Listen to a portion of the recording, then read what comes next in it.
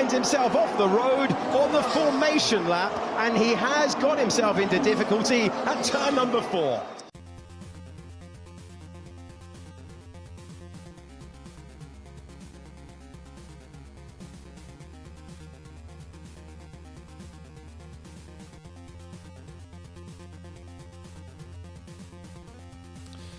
Hello there in Internet Land.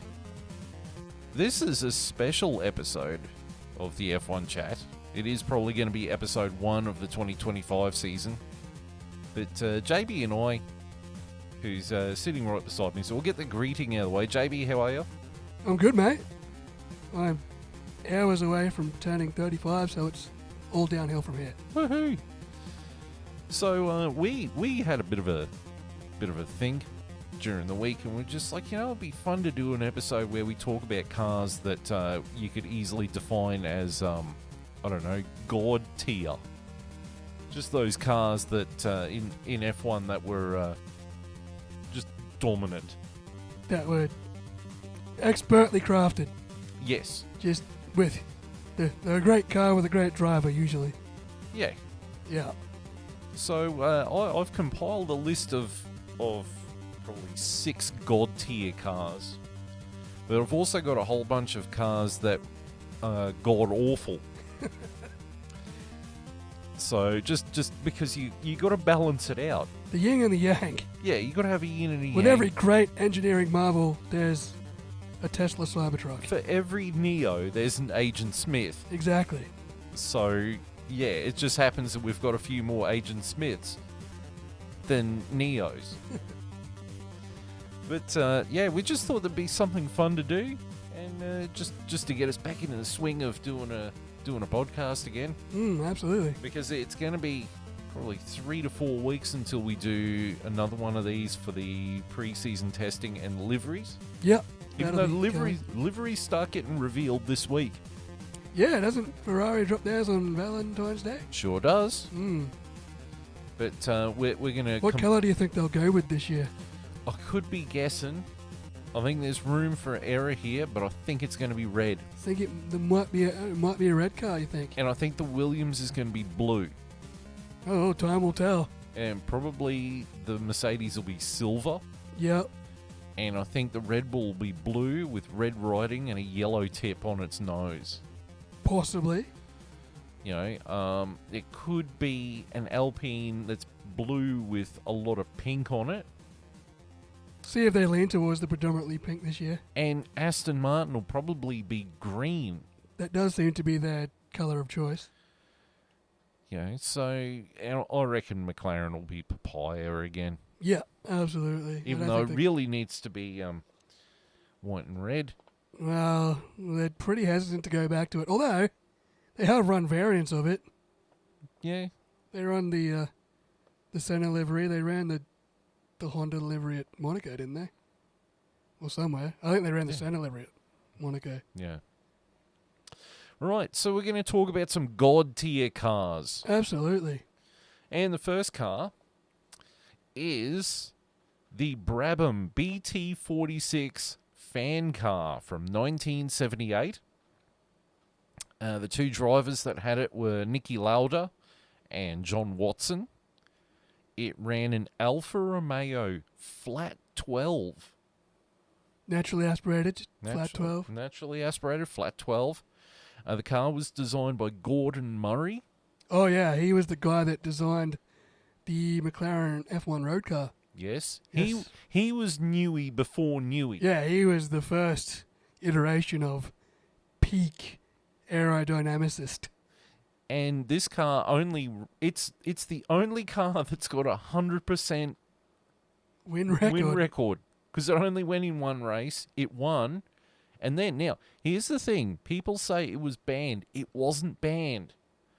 Straight after the race, the owner of the team, one Bernie Eccleston, knew that everyone would complain about the design, so he withdrew it voluntarily so that people would not complain. So he was worried about... Remember the year Mercedes was running that DAS system? 2020? And the FIA banned it because they got worried that Red Bull were going to copy them before the end of the year. That's basically what this was. And what a genius concept it was. Basically, the fan would just suck the air out from underneath the car Yeah. to make the air under the car move faster to give it more downforce. Yeah. Basically, you could just stick it into any corner as fast as you basically wanted to, and it would stick. Yeah. And you got someone like Nicky Lauda at the wheel, who's already one of the best drivers on the planet. I mean, all you're going to see is the tail lights, aren't you? Yeah. Add to that, like, it's got the Alfa Romeo W12.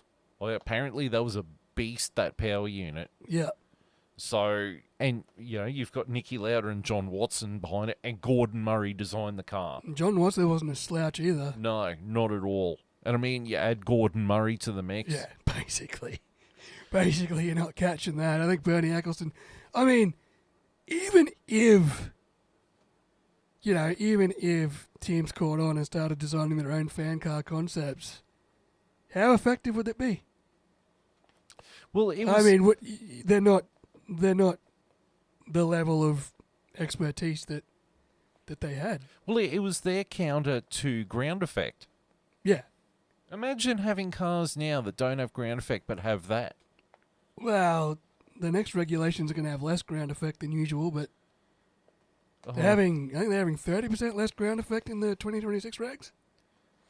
But they are running the weird... What was the point of putting all the new regs in 2022? To be fair, the 2022 regs were supposed to be 2020 regs. Yeah, but this was supposed to improve the racing and everything. It has. And It finally has. And now we're going to take it all away. And now it's going away. We're starting from square one again. That doesn't compute. No. Okay, so that's the Brabham. That is the Brabham. That was ahead of its time. Revolutionary. Designed by one of the best designers of all time. And absolutely, it would have been the pinnacle of motor racing, but they scrapped it. Yeah. Right, so that's the car that's got the 100% win record. I think Gordon Murray also designed a Le Mans winning car as well. Oh, he shows up again on this. Oh, yeah. So the next car, we're going to jump forward about 30 years. 2009 Brabham. Brawn. The Brawn. The Brawn BGP 001 from 2009.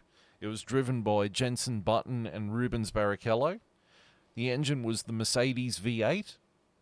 The design, now I'm going to butcher this guy's name, okay, but his design is by Loic Bigois. Bigois. Bijou, maybe? Yeah, something like that.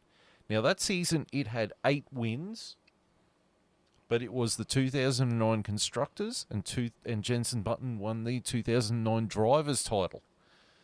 For a car that, about 2 months before the season, the team was dead. That was the Toyota, wasn't it? No, that was the Honda. Yeah. It was the Honda. They designed everything, the double diffuser and everything, and then Honda went, no. And they sold the team to Ross Brawn for £1. Yeah. He managed to scramble together a Mercedes power unit to stuff in the back of that thing. And that thing decimated all. That thing for the first half of 2009 smashed everybody. Yeah, it was... You know what you could compare it to? The 2024 Red Bull. Yeah, basically. Well, for the first half of the year. Yeah. Well, but it was a very similar trajectory. Yeah. Jenson Button dominated the first half of the season, and then the teams finally started catching up, and he fell away to the end, but held on by the skin of his teeth. But also, Brawn had no money, so he couldn't develop it. The team was on the brink of actually closing shop mid-season. Yeah. Like, people were working for free. That sounds like the Red Bull situation. Well, the exodus and everything around it. But the fact that team wasn't even a team until 2 months before. Yeah. Like, that team wasn't going to be on the grid. Yeah. That car wasn't going to be made. I mean, the first couple of races, there was no sponsorship on that car. Yeah. I think it was after the first race that Virgin went, we'll chuck you some money. Yeah. But It was no sponsorship. And it goes out and dominates Australia. I think Jenson Button won on debut for that car. Yep. Just absolutely blitzed the field. A no-sponsored ghost of a car, really. Ghost of a team. Shouldn't have even been there. My only problem with this car is that livery is dog ugly. Well, they didn't.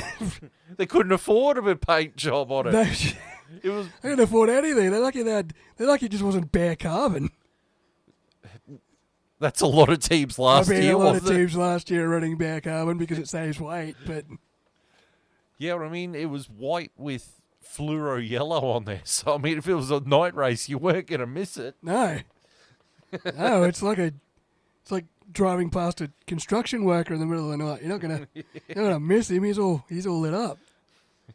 But just my favourite part about that car is the backstory. Yeah. That Honda pulled out, withdrew the team. Ross Brawn bought it on a whim, cobbled together a team with fucking no money, and they went and dominated the first half of the season, and Jenson held on by the skin of his teeth. I think he had to finish 9th in Brazil in the rain, and he did, to win the World Championship. I think it was only by about a point. Like, it was close. And then the team got bought by Mercedes. Yep, and, well, they had a pretty decent run in the afterlife as well, didn't they? Yeah, well. 8 Constructors' Championships and 6 World Championships. Yeah. Well, 7. Yeah. So that's So- the So that's it. So that's it. That car spawned the domination of Mercedes and the revival of Lewis Hamilton and the one of Nico Rosberg. like I still Maybe they should have stayed dead. I still need to watch that doco that's got Keanu Reeves in it about the team. I would like to see it. Is it on Netflix? I I need to get a Netflix account. I don't know. Oh, I've been scamming off people for ages. I need to get my own. I forgot to mention too. I was looking through the Event Cinemas release schedule. July, I think it's July. F1 is out in cinemas. Oh, so it's not just an Apple special. No, it is going to be a cinematic release. I'm keen for that. We're going to the movies. Yeah. We are going to the movies. Brad Pitt and his imaginary team against the might of Max Verstappen, Yeah, running F2 cars. running F2 kit cars. It's like that music video for Dangerous by that French, Oh, yeah. and it's got like it's Roman Grosjean, isn't it? yeah, Roman Grosjean's in there. You got actor James Purefoy in it, and the DJ guy that David David Guetta. yeah, him. Yeah, him. Yeah, except fucking David Guetta and Roman Grosjean are driving the Lotus F1 cars. Everyone else is in F2 cars. Got to make him look quick. And you're like, Although this is the backwards philosophy. Now they got F2 kit cars against actual F1 cars in a practice session. Imagine that. You're in the middle of your fucking tyre run. You're doing your long tyre run in FP1. And it's like, Brad Pitt needs you to, like, make it look like you've just been overtaken. And it's like, for fuck's sake, really? Max Verstappen's, like, running on Delta tires, like, you need to slow down by about 4 seconds. Just let him pass you. It's like, okay. Maybe they had to race against the Alpines to make it look realistic. Or the Haas's, or the Toro Rossos. or, Oh, there it is. or Stallone without a helmet in a car. Stallone were driving through the streets of fucking Chicago, wherever the hell they were. Remind me to do a movie review on that movie. Oh my I God, really please have do. to do it. Please do. All right, we're going to move on to the next car. Now we're talking about a car that was driven by God. It's the 2002 Ferrari F2002. Probably, aside from Max Verstappen's 2023 and Ayrton Senna's 1988, the most dominant car I've ever watched Yep. on a TV screen. Well, I'll read the stats here, okay, that I've got. So the drivers of the Ferrari F2002, what an imaginary name. Well, they're still doing it to this day. I'm pretty sure this year's is the SF25. In order, and in celebration of the year 2025. No, it's the SF75. Oh, is it for the 75th anniversary? I'm sure. Yeah.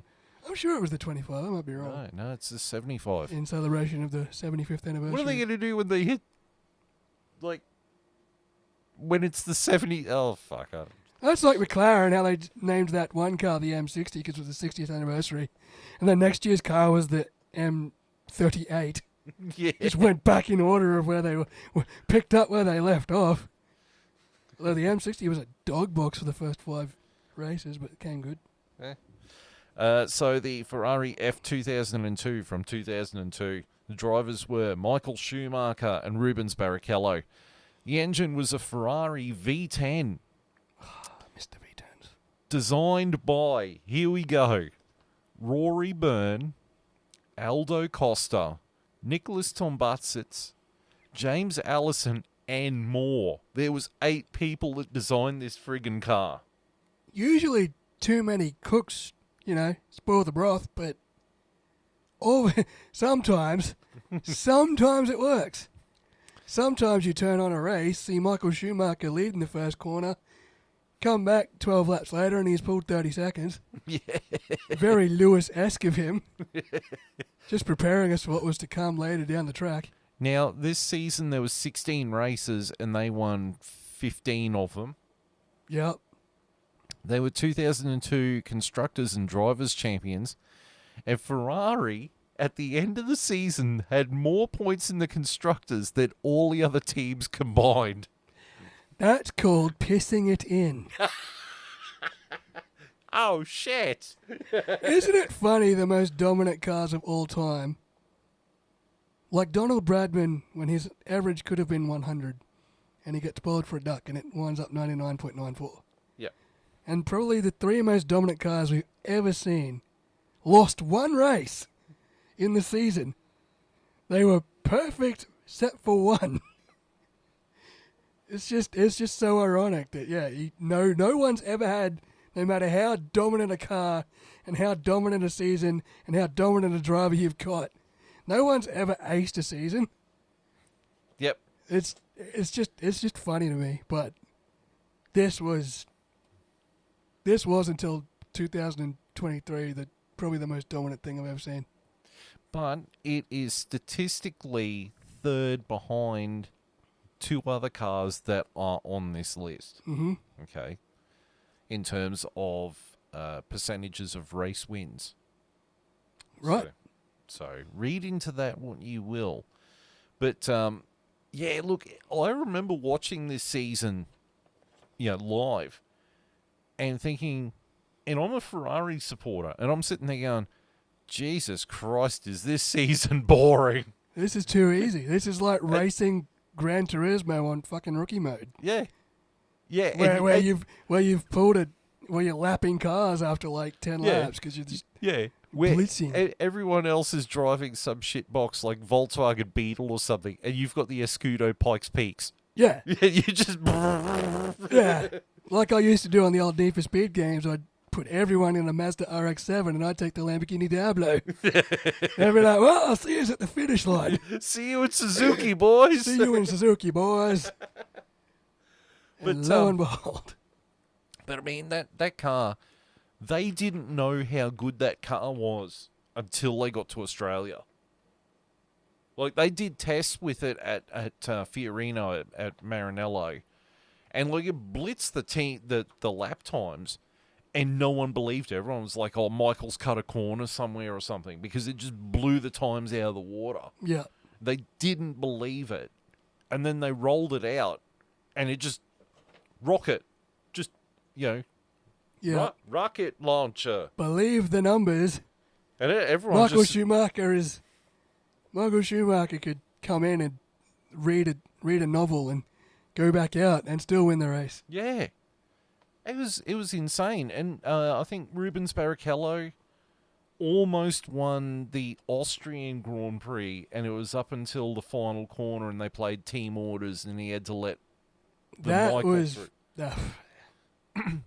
pissed a lot of people off. I will give Michael Schumacher credit for this, and he copped a massive fine for this, got on the podium, And he's won the race. He should have stood on the top step. He dragged Rubens Barrichello onto the top step and gave him the winner's trophy.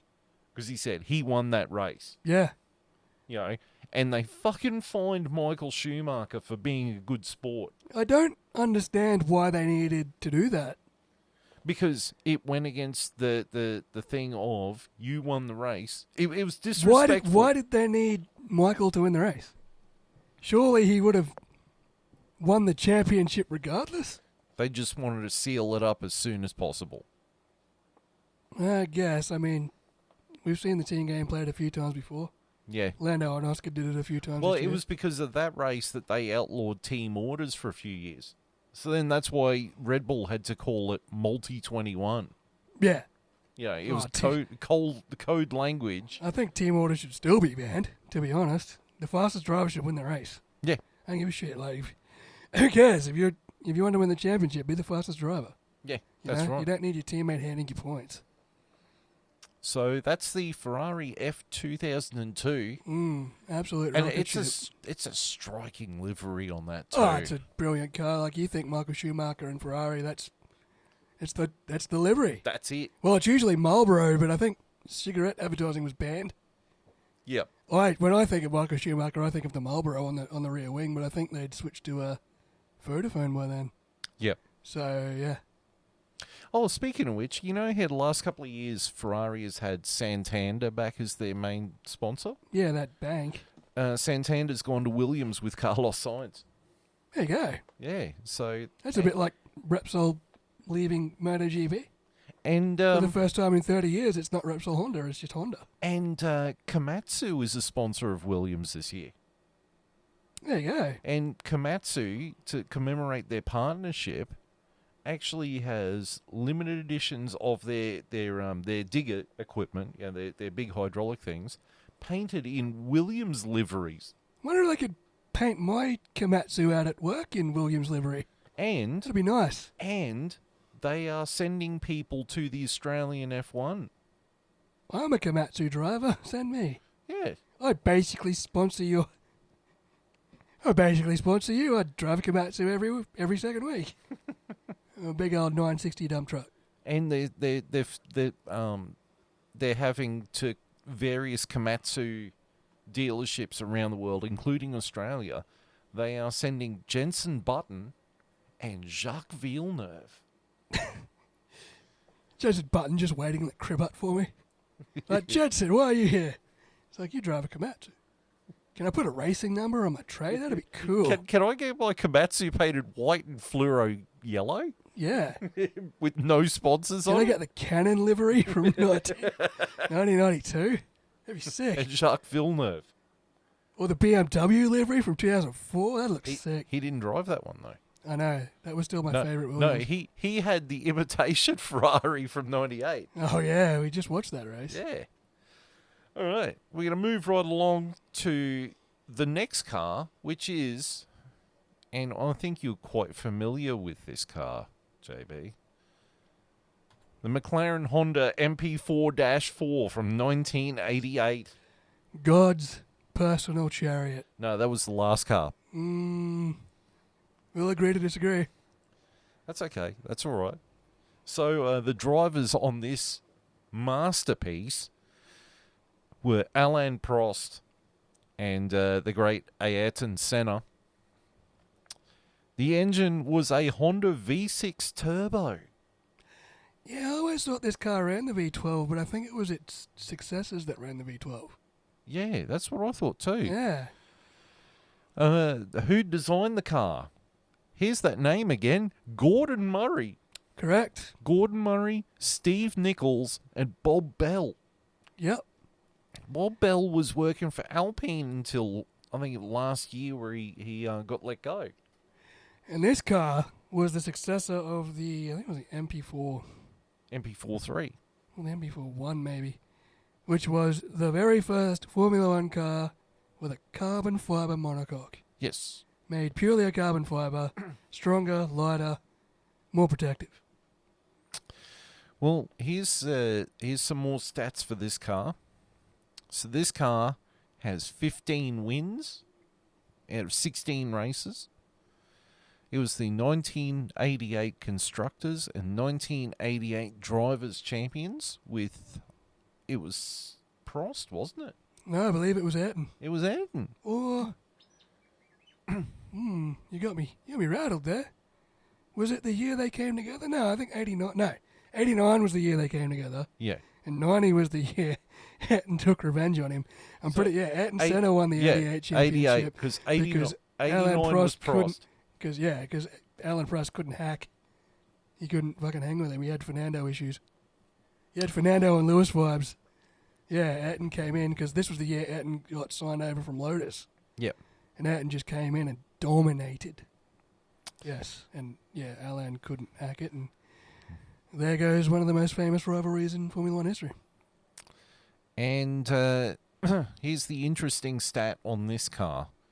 97.3% of laps this season were led by that very car. Yep. And I think the only reason Ayrton... Well, the only reason that car didn't have a 100% record was the gearbox failed in one race. Yep. And Ayrton was going to win it. Now, looking at that car, that's why I think McLaren needs to get that livery happening again, because that, for me, if it's not that, it's the Silver West livery. Oh, yeah, like if you think... Well, if you think McLaren, you either think one of two things. You're going to think of that... Or the West. Or the West livery, yeah. Yeah. Or even the Vodafone livery. Yeah, or the Vodafone.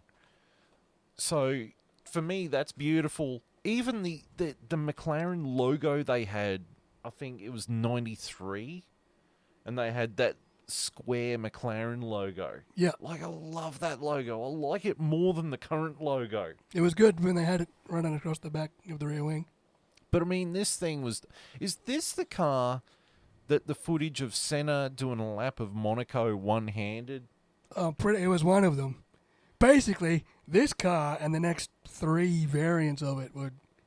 Ayrton was just being God in it. Yeah. But I'm pretty sure, yeah, it was either the MP4 or the MP5 or... Yeah, it was one of them, but yeah, this was the beginning of Ayrton Senna going into God mode. Yeah. And he's got Gordon Murray and that Honda engine to thank. It was the most dominant car for 4 years at least, 5 years. Yeah. Basically from 88 to 93. Yeah. If you saw that car with the yellow helmet behind the wheel, you shat your pants. Oh, even if you saw the other helmet. Yeah, even if you saw the other helmet, if you saw I think Martin Brundle said it. He's like, as soon as you saw that Dayglow McLaren in the rear view mirror with that yellow helmet, it's like you knew you were in for a tough time. Yeah. It's like, he's coming, God's coming, and he's going to swoop past and he's going to make it look effortless. So there was that car. And, you know, I don't know why they can't go back to updating this kind of design and making that the cars. I mean, they made overtaking look effortless back then. They've overcomplicated it. I think we said while we were watching the 1998 Canadian Grand Prix before this, that why don't they just go back and just make smaller F1 cars like 1998 style, simplify the aerodynamics. Yeah. Take away that we never had a problem with the quality of racing. Like no one ever complained. If Formula One was boring, people would have stopped watching it years ago. Yeah. But the most boring it's ever been was that middle period where Lewis was dominating, where the cars would they couldn't follow. They couldn't. They were overcomplicated. They had DRS. They had KERS. They tried so many things to spice up the racing when we never had a problem in the 80s and 90s. Yeah. And even the early 2000s of the quality of racing. No. All you did was overcomplicate it. Yeah. So, yeah, I don't know. I mean, you can't go back to that specific style because your head's above everything and there's no roll cage protection and there's no halo and you'd... No, I mean, like, take that, though, and update it. Yeah. Like, yeah, bring back a early 2000s car. Yeah. With a halo. Yeah. And just simplify everything. And V10s. In V10s. Well, There is rumours they want to do that once they get biofuel happening. Oh, yeah, because they want to go to V8s first. Yeah. And I'm all fucking for it. Yeah, they're like, once we don't have to worry about emissions, we can put as big an engine in the back But as you we know want. what? I don't have a problem if some teams run a V8 and some teams run a V6 turbo. They've done it in the past. Yeah. I'm pretty sure 1988, I'm pretty sure that was competing against V12s.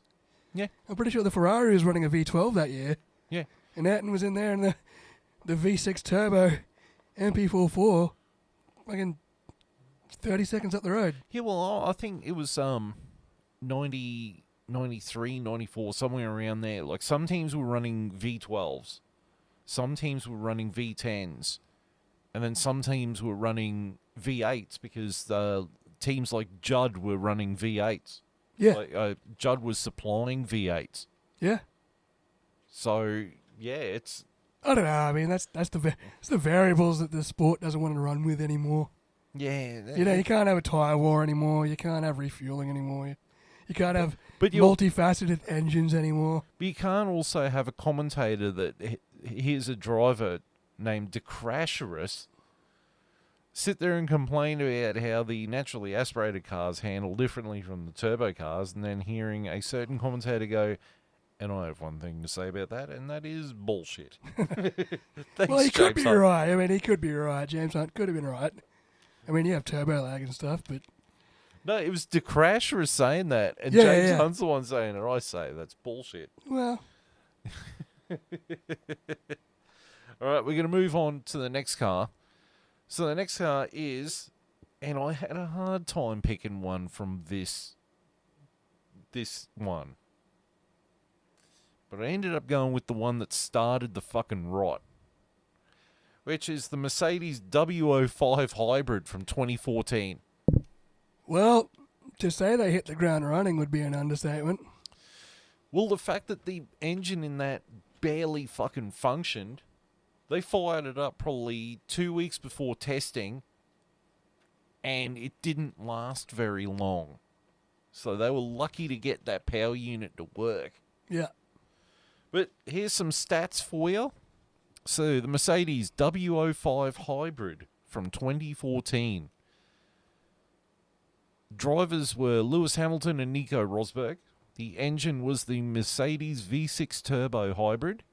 It was designed by Bob Bell, Aldo Costa, Jeff Willis, Andy Cowell, and more. There was 10 people that worked on the design of this car. Andy Cowell worked on the power unit side. That's very Ferrari F2002 of them, isn't it? Yeah. In fact, I think it was Costa Yep. also designed that Ferrari, didn't he? Yes. There you go. It's And got his fingerprints all over it. And Bob Bell designed the MP4-4. That's incredible. So there's some... There's some pedigree there, isn't there? Yeah, there's some talent there. Another example of too many cooks doesn't always spoil the broth. Now, in this season, they had 16 wins. They won the 2014 Constructors and 2014 Drivers' Championships. I remember it well. I, We finally thought we were coming out of the Red Bull domination, Sebastian Vettel era, and boom. This was the beginning. You thought 4 years was bad, try 8. yeah. Now I know how New South Wales felt in that Origin series from 2006 to 2014. The thing I remember about that year was a lot of the teams had cars that looked like they had sex objects on the front end. Because of the stupid regulations they brought in. Except the Ferrari looked like an aardvark. The Caterham looked like it had a literal dildo on its nose. Yeah. And the Williams had that. It was the Williams as well, I think. No, and the Lotus had the walrus. Yeah, the asymmetrical walrus. Yeah. One thing longer than the other. But the other thing I remember about this season was the lack of noise from the engines. Everyone remembers the lack of noise. Because you could hear when they locked up, and you're like, I could hear the tyres squealing. For What the first fuck time is in this Formula One history, you could hear the tires. shit? And everyone's going, where's the fucking noise? Yeah. Well, we went to me, Nathan and Dad went to the 2013 and 2014 Singapore Grand Prix. So we had the last year of the V8s and the first year of the turbo hybrids. Yeah.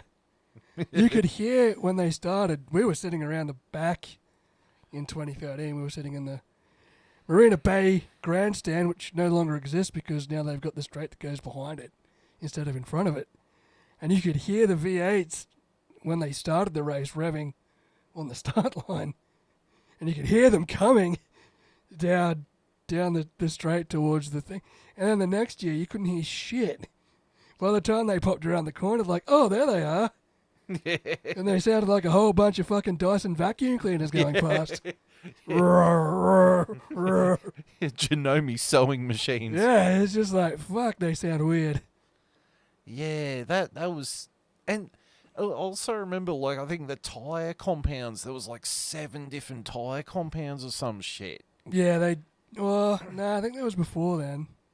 Yeah, it was something It was like like that. somewhere in like 2018 where they had the hyper softs and the ultra softs, and they were just trying everything to spice the racing back up, and they just couldn't do it. This was the beginning of like the flattest.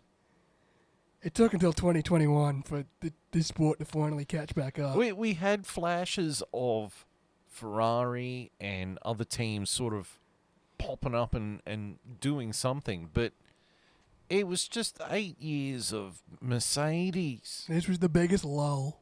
Yeah. Like, the sport was dying. Like, I think... Yeah. I'll go as far as saying this period, and specifically beginning with this car, nearly killed F1. I think 2017, I think the sport was nearly... Until Bernie Eccleston stood down as chairman, like, this sport was dead in the water. Yeah, it was... It really was. It was borderline unwatchable. Yeah. Like, Absolutely. yeah, that one good race. You had Hockenheim 2019 in the rain. That was that one awesome race. Oh, and Spain 2016. Where Max took his debut win in the Red Bull. Yes. That was awesome. Yeah, because the two Mercedes took each other out. Yeah. It took the Mercedes taking each other out for anything like for Formula One in that period to become watchable. Yeah. And yeah, You know it's bad when the Japanese F1 is on the same time as Bathurst, and we couldn't be fucked changing the channel to watch the F1. By the time we changed the channel, I think, and the Mercedes were 1-2ing it anyway. Because it was No, 2014 was that the year Jules died? I think so. Yeah. Yeah, it was a bit of a tragic day. So. But yeah, that was the car that started the rot, and all of its successors were pretty good, and Lewis was pretty good, I guess. And like I said, it was hard to pick which one of those cars I think was. the 2020 car was, I think, statistically their most dominant. The W14, I think it was. But yeah, no, this was sounds bad to say. This was the beginning of the downfall of Formula One for about 5 years. Yeah. Like, it really sucked the soul out of the sport for a while. All right, so we're going to move on to the next car. This car is slightly familiar. It is the Red Bull Honda RB19 from 2023. The drivers were Max Verstappen and Sergio Perez. The engine was a Red Bull powertrain and a Honda V6 turbo hybrid, designed by Adrian Newey and Pierre Wash. Had 21 wins out of 22 races. Was 2023 Constructors and 2023 Drivers Champions. And it currently holds the record for most wins in a season at 95.45%. I think Max Verstappen also held the record for most consecutive wins. Yes. In this, we just got through saying how the Mercedes sucked the soul out of the sport. And we just said, the Ferrari F2002, that's called pissing it in. And how it was, but somehow Max dominating 2023 wasn't boring. It didn't seem as boring as watching Michael Schumacher dominate 2002. Because there was still glimpses of like when Lando got ahead of him at Silverstone, when Carlos won Singapore. Yep. Like there was still glimpses of like, it somehow didn't seem boring despite the fact that Max Verstappen basically Michael Schumacher it. You know what the challenge was this year? Was us sitting there going, who's finally going to do it? Who's going to beat them? And then Carlos Sainz comes along and goes, Singapore, it's time. Yeah. whilst dragging Lando along with him, and George Russell eating shit. Yeah, and then, they had the Las Vegas race was fucking amazing. You know, they had a couple of banging races, even though Max dominated all those races. Like it somehow didn't seem boring, even though Red Bull were just pissing it in. Sorry, it just reminded me of Singapore from 2023. That clip, I can't remember who put the clip up, but they put this clip of Ayrton Senna going, "You must always go for the gap." Yeah. If you don't go for a gap as a racing driver, you're no longer a racing driver. And then George Russell fucked it into the barrier where it said Singapore, and he went for the gap in the middle of Singapore. GAP. Well, he went for the gap. Probably not the one he was thinking of. Yeah, he fucked it into the barrier. Oh, man. But Lando almost did, too. Yeah. Lando hit the same spot, but George must have hit it an inch across. And then the next race, George Russell and Lewis Hamilton tried the same thing that Carlos Sainz did in that race. And they it fucking failed. Yeah, and Max is like, "What are you doing?" Max laughed at them. He's like, "I know what they're doing, and it's not working." I think Max actually laughed at them. Was that the year that Sergio won all the street races, or was that 2022? 2022. It must have been 2022 where Sergio was in the Red Bull and he won Azerbaijan, he won Melbourne. Was that when Sergio was half decent? Yeah. It wasn't 2023 because he'd fallen off by then. I think Sergio did win a couple of races that year. Yeah. But, Yeah, no. because he won Bahrain, I think it was. Yeah, he won a couple. Yeah. But Max went and broke the record for most consecutive wins. But yeah, somehow it just didn't seem as boring as watching Michael Schumacher drive into the distance. Even though it's exactly what Max was doing. I don't know. It's just funny. It's just funny how I compare it. All right. And then we get the final car in the God tier list. It is the Williams Renault FW14B from 1992. Is that Red 5? Is that Nigel Mansell's Red 5? That is Red 5. It was driven by Nigel Mansell and Riccardo Patrese. The engine was a Renault V10, and it was designed by Adrian Newey, Patrick Head, and Paddy Lowe. Fuck that. Fuck, that's a formidable lineup of technicians. Holy, you'd give your left nut to have those three design a current car. That is the motoring equivalent of Yeet. Yeah. That is like the holy trinity of modern day F1 designers. It only had 8 wins that season, though. This wasn't the one that had the active suspension, was it? It was. That's the one that pissed off Ayrton Senna. And I think it had a semi-automatic gearbox as well. Yes. I think it had paddle shift and active suspension. But Ferrari... Ayrton was trying to chase it down with his manual gearbox and no active suspension. Well, Ferrari had already developed the flappy paddle gearbox. Yeah. So they were the guys who developed it. And then Williams copied it and made it better. Yeah. They won the 1992 Constructors, the driver's title that year, with Nigel Mansell being the world champion. And the car did feature the advanced active suspension system that was still on the car in 93 as well. But then they outlawed it for 94 just in time to kill Senna. Yeah. Let's not sugarcoat it. I don't know if the active arrow would have not made him hit the wall at Tamarello, but we'll never know. Yeah, but it would have made it a little bit easier. Might have made it a bit easier on the old steering column. Yeah, that's It's debatable. a rough one. But that, for me, that's a Williams.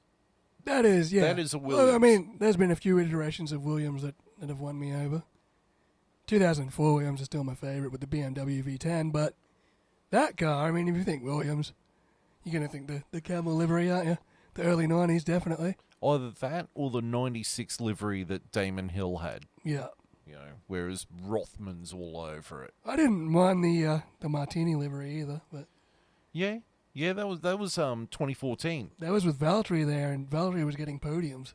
Yeah, Valtteri and Felipe Massa. Yes.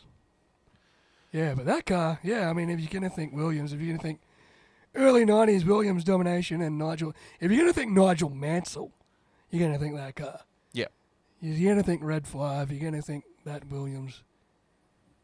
Well, that's why when they brought the numbering system in, Sebastian Vettel went with number 5. Because of Mansell. And because he had just signed with Ferrari when they brought that in. So he was in a red car and he had the number 5. That's awesome. Well, Mansell also drove for Ferrari, didn't he? Yes. Yeah. So there's a bit of a 7 degrees of separation there. Mansell was the last driver personally picked by Enzo Ferrari before he died. That's awesome. Yeah. And then he left. He retired. He fake retired so he could get out of his Ferrari contract. So he retired. And then Frank Williams talked him into coming back and joining Williams. Turned out well for him. Yeah, wow. 1992 world champion. Yeah, and then 93 he was kart world champion. There you go. That's rare. Yeah. So back-to-back champions. Being an F1 and an IndyCar champ, Yeah. that takes some doing. Yeah. And he had consecutive games because he had Nigel Mansell F1 championship, and then the next year he had Newman Haas kart racing. They were both made by the same company. It was basically the same game. Codemasters? What are you doing? No, it wasn't Codemasters. No, it would have been. God, it was back then. Oh God, it was. Oh, I'll have to look it up at some point. Yeah.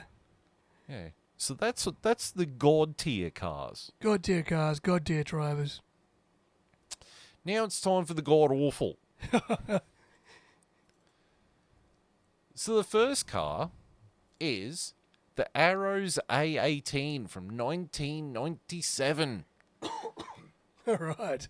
All right. It was driven by Damon Hill and Pedro Diniz. It had a Yamaha V10 engine. It was designed by John Barnard. John Barnard is not a bad designer. No, well, he was at Ferrari for a bit there. Yeah. I think he might have been at McLaren for a bit too before Yeah, Newey. he was. He was at McLaren in the early 90s. He might have been around Ayrton's time. Yeah. Or maybe just before. Like that stopgap between Newey and Gordon Murray. Yeah. I think he was. Unfortunately, this car got 0 wins, Yep. and Damon Hill got the only podium that year at Hungary. Well, you know, a god-awful car getting on the podium, does it make it truly god-awful? Yeah, well, he could have won that race if the gearbox hadn't fucked up. Well, you got to take what you can get, huh? Well, that's how he ended up at Arrows. He had to take what he was given. Yep. Because, Frank Williams told him at the end of 96, even though he was world champion, that we've signed Heinz-Harald Frentzen. You're not staying. That seems like a bit of a rash decision. And Damon Hill's like, what the fuck am I going to do? Yeah. So he went to Williams, to Arrows, which had just been taken over by Tom Walkinshaw Racing. There's a familiar name. Yes. And the Yamaha engine in that was actually a Hart V10 that had been rebadged by Yamaha. Yeah, Hart with their homemade engines. Yep. Basically, he's just taken the home brand, the Woolworths generic brand of engines, and whacked it in the back. It's the Farmland Black and Gold brand engine. I miss Black and Gold. Is that even still a brand? No. I remember, God, every time I think of Black and Gold, I just think of my grandparents lived in Dysart in like the early 90s, in the 90s and 2000s. Every time I think of Black and Gold, I just think of Dysart IGA. Yep. And then opening Grandma's freezer and there's like Black and Gold, like frozen pizza and shit. Yeah. Every time the black and gold, the yellow and black box, I just think of Dysart. I'm like, oh yeah. Yeah. There's a correlation there. That's sort of like an ingrained memory. It's kind of like Farmland always reminds me of cans of beetroot. Oh Because God. Mum always got Farmland cans of beetroot. Oh man. Maybe like, couldn't you just splurge like an extra 50 cents to get like the Golden Circle. or Golden something. Circle ones? Nope. You know. It comes from the same place. Yeah. That's like the LA Cola and like Coca-Cola. It's like, are you sure? The LA Ice Cola tastes kind of funny. What?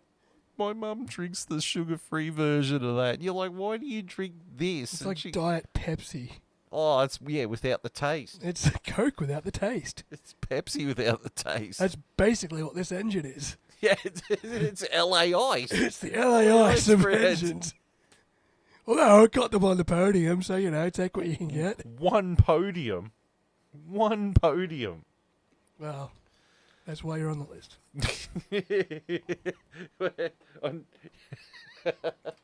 I don't have a pen I can do it with. Oh, you bastard. You just made the list. That's what I was just going to do. I know exactly where you were going with that. You just made the list. Right. So that's that shit box. But the next car is even worse. Brace yourself. It is the SF1000, the Ferrari SF1000 from 2020. Look. I'm going to go on a bat for you straight up here. Yeah, okay. Give us some background on it. Here's the Give stats. us some background Here's on the it. stats, okay? So, the Ferrari SF1000 from 2020. You want to talk about generic names? Well, it was their 1000th Grand Prix. There you go. Yeah. Drivers were Sebastian Vettel and Charles Leclerc. The engine was a Ferrari V6 turbo hybrid that was crippled. Driven by a hamster wheel. I can only assume. The designed by Simone Resta, Enrico Cardile, I don't know that name. David Sanchez, Oh, no. and at least 5 more people. I'm beginning to think the aerodynamics on it wasn't great either.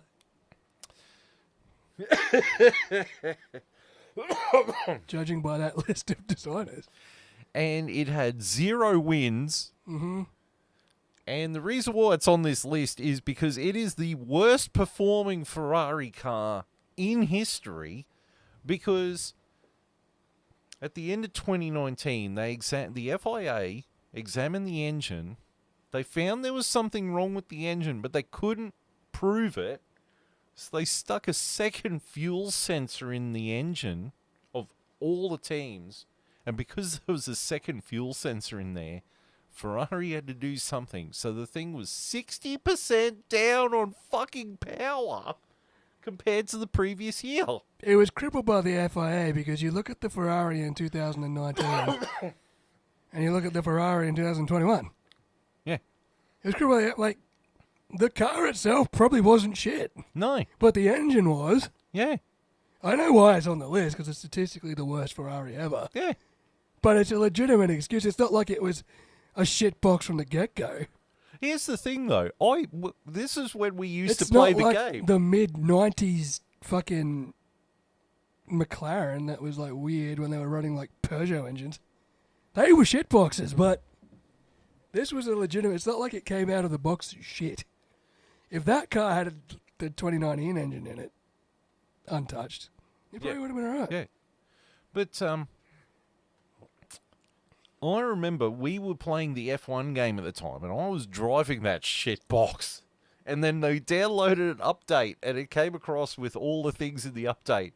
And all the teams running Ferrari power units, it said down on power by 60%.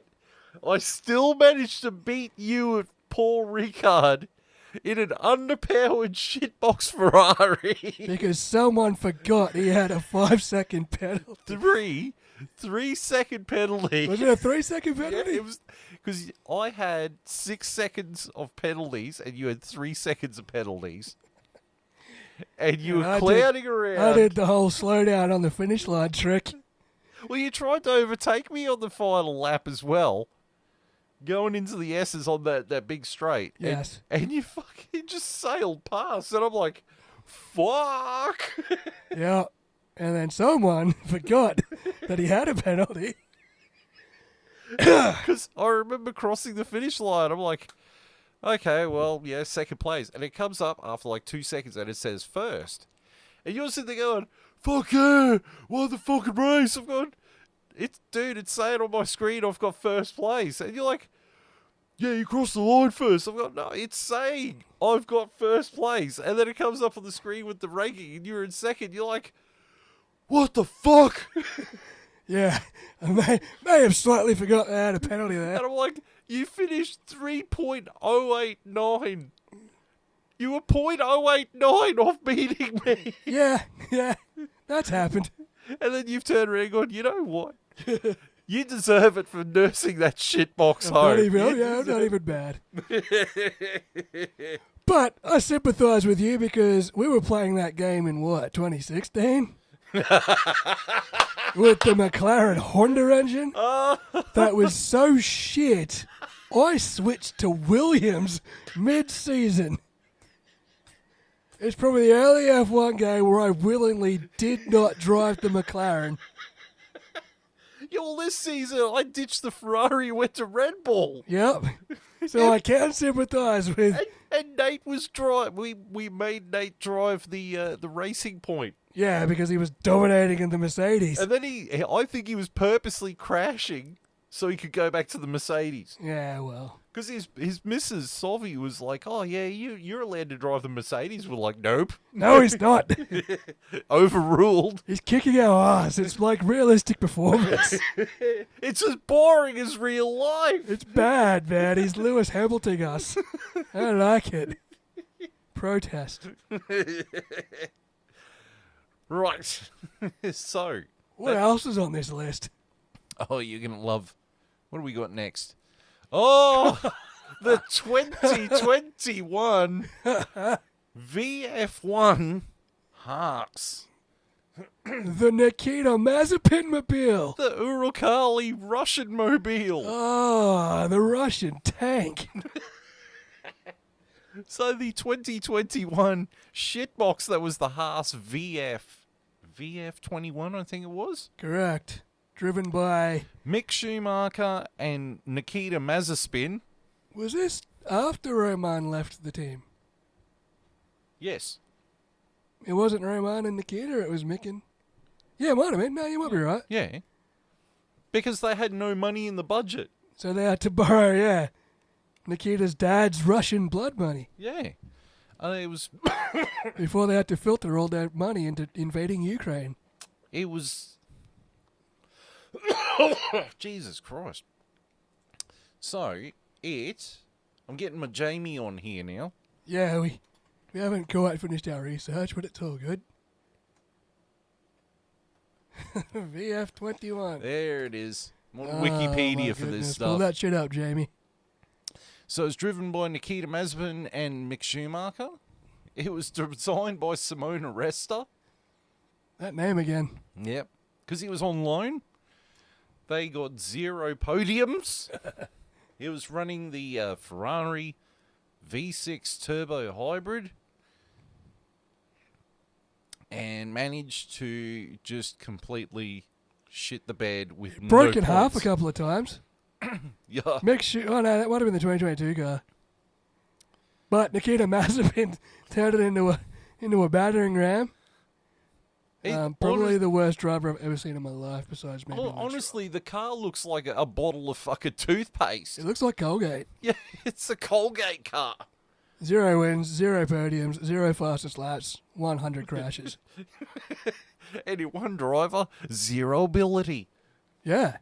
And the other driver, ability, but not given enough time. Yeah, I'm sorry. I just remembered the episode we were talking about. It. I think it was one of Brody's early episodes where he watched the Beyond the Grid thing with Nikita Mazepin.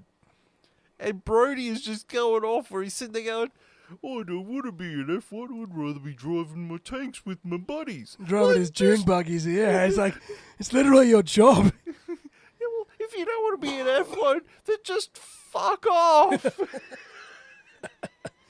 Well, he was eventually fucked off. Yeah, well, you know, that's what happens when... Once Putin needed him home. I wonder how he's up to. I wonder how he's going in Ukraine, just driving tanks around.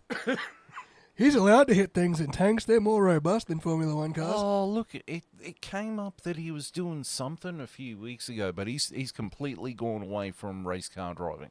Yeah, I saw his... Actually, yeah. I saw his face pop up in Autosport or something not long ago, saying he was doing something. I think it is motorsport related, though. But it's not Formula One. I don't know. I don't give a shit. I hope I never see him again. I hope I never see him again. Yeah, well, He was absolutely fucking terrible. He was like Lance Stroll before Lance Stroll. I mean, Lance Stroll's always been Lance Stroll, but he was just like, he was what happens if you buy Lance Stroll from Wish. it's like a worse version of Lance Stroll. Like, Lance Yeah. Stroll's shit. But Nikita Mazepin is like really shit. Like, Lance Stroll will at least finish races sporadically. Like Lance Nikita Mazepin just doesn't finish races. Lance Stroll is buying a burger from Hungry Jack's. Nikita Mazepin is buying a burger from Hungry Jack's, getting it home and finding that the bun is actually fucking moldy, Yeah. which has happened in the last few weeks. Yeah. Fucking Got to be careful these yeah, days. yeah, fucking hell. It's like But- buying a Macca's burger and realizing the Asians have got your fucking order wrong. Instead of a double Big Mac, you've got like a, I don't know, veggie burger.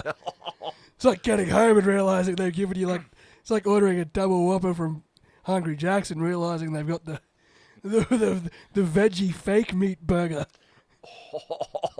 That's Nikita Mazepin. And that is giving Lance Stroll way too much fucking credit, by the way.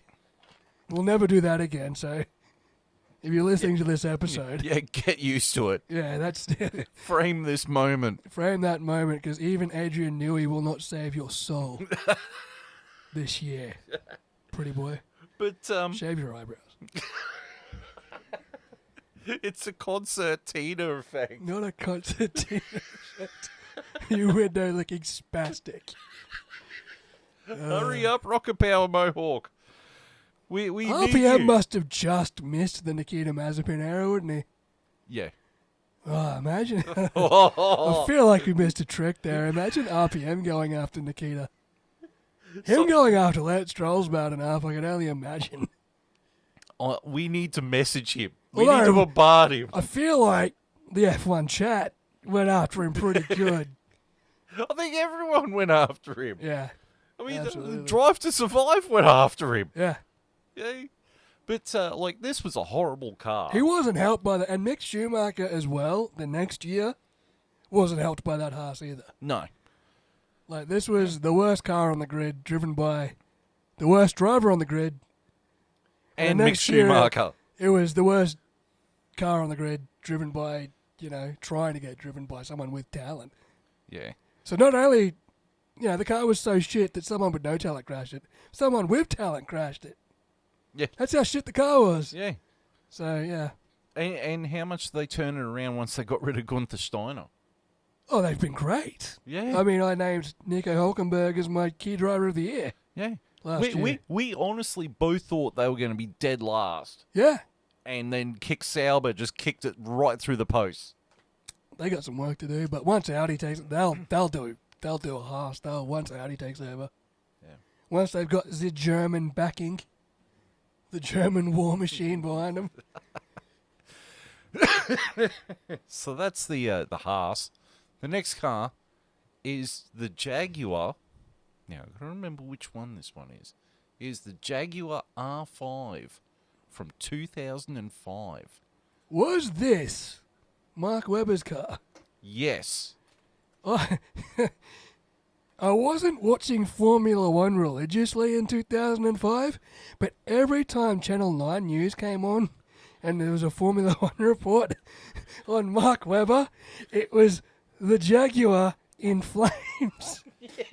With the arse smoking, just saying that Mark Webber had retired from the race yet again. And I'm like, how long until this guy loses his seat? Because the car was an absolute dog box. Well, the Jaguar R5 was the 2004 season. It was 2004, not 2005. Yeah, 2004. But it was driven by Mark Webber. It was driven by... It was the last Jaguar. Because the next year they got bought by Red Bull. Yeah, that's a team going. That's a team going from the fucking outhouse to the penthouse, isn't it? Now, the drivers were Mark Webber and Christian Klein. That driver pairing is really good. Like, that's a solid driver pairing. It was designed by a fellow named Ian Pocock and Ben Agathangelou And Rob Taylor. and Rob Taylor. It ran a Cosworth V10, El Cosa, and it had 0 wins, 0 poles, 0 fastest laps, and no points. 0 Constructors' Championship points and 0 Drivers' Championship points. Yeah, well, look, I didn't start watching Formula One religiously until 2010. I kept in touch. I'd watch every Australian Grand Prix. But yeah, as I said, every time I turned the news on and they talked about Mark Webber, it was that car on fire. Yep. Saying that Mark Webber retired from the race. You know what's really funny? At the Monaco Grand Prix, they had diamonds put into the noses of their cars. Real diamonds. Real diamonds worth $300,000 each. And Christian Klein crashed into the guardrails at the Lowe's hairpin on the first lap, and the diamond went missing.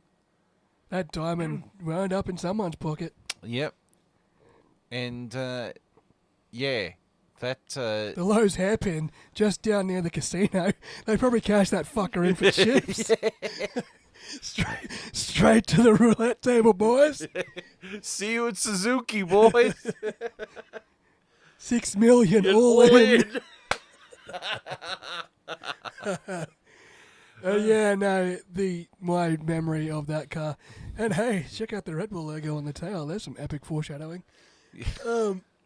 Yeah, my only memory of that car is every now and then on Channel 9 News is it on fire. I think they were sponsored by a beer company as well, weren't they? Possibly. The irony of a beer company and a car that's constantly on fire. Yeah. It's been fueled by the beer. But Fueled by- that was a shocker of a car. Like, I'm surprised that didn't cripple Mark Webber's career. yeah, well, he signed. He was still there at Red Bull, wasn't he? No. He left at the end of this season and went to Williams. Oh, yeah, he did too. And because he was leading Monaco in a Williams Cosa when his car caught fire. Damn.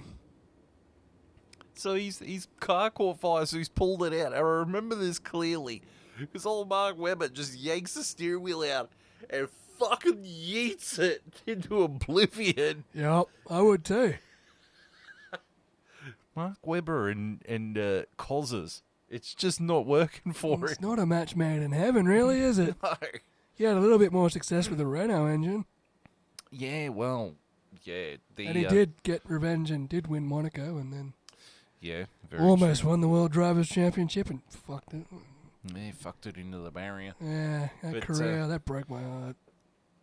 Picking the worst Jaguar really was tricky, though, because they were all shit. Oh, yeah. Oh, yeah, but this one especially, I think just because of the Mark Webber factor, is why I remember this car so vividly. But the other thing I remember about the Jaguar team is just every year there was a new team principal. Like, there was Gunther Steiner at one point, and then in the last year, they had Bobby Rahal as the team principal, Yeah? but he wasn't getting the job done, so fucking Ford, the parent company of Jaguar, called in Nicky Lauda. To run the team. And Nicky Lauda and Bobby Rahal didn't get along. Yeah, that's not good. So Bobby Rahal departed. Nicky Lauda's like, well, do this shit and rah, rah, rah, rah, rah. And then Ford just went, fuck it, we're done with this. You know, and sold the team to Red Bull. Worked out well for them. Yeah. Worked out well for Red Bull, not so much for Jaguar. I never saw them again. Yeah, well. So that's the Jaguar. The next car is Oh dear. the Kick Sauber C34 from 2024. That has to be the worst performing Sauber in the history of their team. And What race was it? Valtteri Bottas had that thing in 10th. And then Oscar Piastri came from behind and swooped it off him with about 2 laps to go. And they were so close to scoring points. Oh, I think it was one of the races where, was it Abu Dhabi maybe? Where Oscar got spun on the first lap. Or was it one of the races where he qualified shit? He came from like 17th. no, it was Abu Dhabi. It must have been Abu Dhabi. Because Valtteri was 10th for so long. And they were going to score points in the last race of the season. And they were going to get off the duck egg. And they did it. They got it off. I think it was the C44, not the C54. Yeah, C44. Yeah. And Oscar Piastri swooped him for 10th and took the last championship point off him. So, here we go. So the 2024 Sauber, the C44. It was driven by Valtteri Bottas and Zhou Guanyu. And it was designed by James Key. There's a name. James Key. Well, he'd just been booted from McLaren. Yes.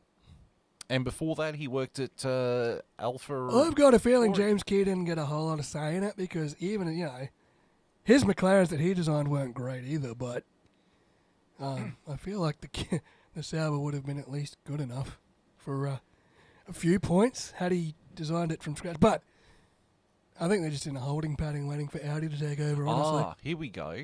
So we've got Wikipedia up here. The C44's design began under Jan Monschau, but it was replaced by James Key in August 2023. So He would have had no time to no. get his hands on that car properly. And it ran a Ferrari V6 turbo power unit, but it was the transmission was taken out because they had a Ferrari transmission. They took the transmission out and put it in a Sauber design and manufactured casing of their own. So, and it had it says here it's got a couple of the design philosophies that James Key had at the MCL 36 at McLaren. So, Well, which one was the MCL 36? Oh. 2022, the shit box. There's your answers. There is your answers That right there. That was the car that got Daniel Ricciardo fired from Formula One. Oh, dear. Well, let me talk to you. you took the design philosophy from the worst McLaren of the last 5 years and put it into your car. And you took it to the team that's apparently got the best wind tunnel on the grid. Well, How? not anymore. I think McLaren's got a new one. And Aston Martin's got their new one too. But how? Look. Yeah, I think Valtteri Bottas and Zhou Guanyu were asking the same question. Well, I mean, Valtteri Bottas has landed on his feet. He's a reserve driver at Mercedes, and Zhou Guanyu just signed as the reserve driver for Ferrari. So I think they've both done pretty well to get away from this. They've gone to greener pastures, I'll give them that much.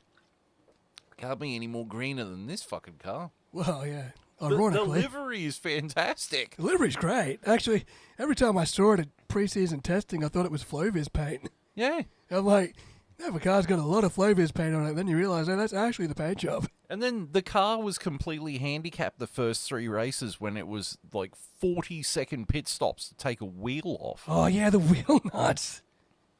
Yes, the wheel nuts. They had dodgy wheel nuts as well. That's hilarious. Oh, what the hell? That is the opposite of hitting the ground running. That is hitting the ground on your head. No, that's being stuck on the trolley jacks. Yeah. That's not hitting the ground running. No, that's being not hitting the ground at all. Oh, man. It was so sad seeing this, too. Yeah, I felt so bad for Valtteri, but we needed Oscar to get points in Abu Dhabi to seal the constructors, so I wasn't totally upset. And this was the first year without Alfa Romeo sponsorship. Yeah. It was supposed to be the ramping up of Audi. I think that's what this year is, isn't it? When do they take over? Next year? They've taken over now, but it's not branded as an Audi yet. Until next year. Yeah. Yeah. So We'll see. We'll see what James Key can do with this shitbox this year. yeah. All right, so we're going to move on to the next car. Hopefully it's the car that I've been prepping myself for. No, it is the Life L190. The Life L190. Now, I have to look this up on here to get the stats. So the Life F190 was in the 1990 season. It was designed by Richard DeVilliers and Gianni Morelli. It featured an engine called the Life. Oh, you're going to love this. The Life engine was designed by a guy who, engineer Franco Rocci, who'd been working at Ferrari since 1949, but he left in 1980. And he was the guy who designed like the engines that were in the old Ferrari GTS or GTO from the 70s. You know, Magnum PI's car. Yeah. He designed the engine for that. But he left Ferrari in 1980. And he came up with a W12 engine. Oh, wow. Okay. All right? So he's glued two V6s together. Yes. And so this guy wanted to start a Formula One team with this guy making the engines. And this is possibly the shittest team in F1 history. Okay, so their drivers were Gary Brabham and Bruno Giacomelli. 0 wins, 0 poles, 0 races. Got a Life W12 as their power unit that was so slow and just shit that if they had the 107% rule, they could have times it 3 times at one race and it still wouldn't cover how slow this fucking car was. I love the irony that it's painted like a Ferrari. Yeah. It looks like that is the spitting image.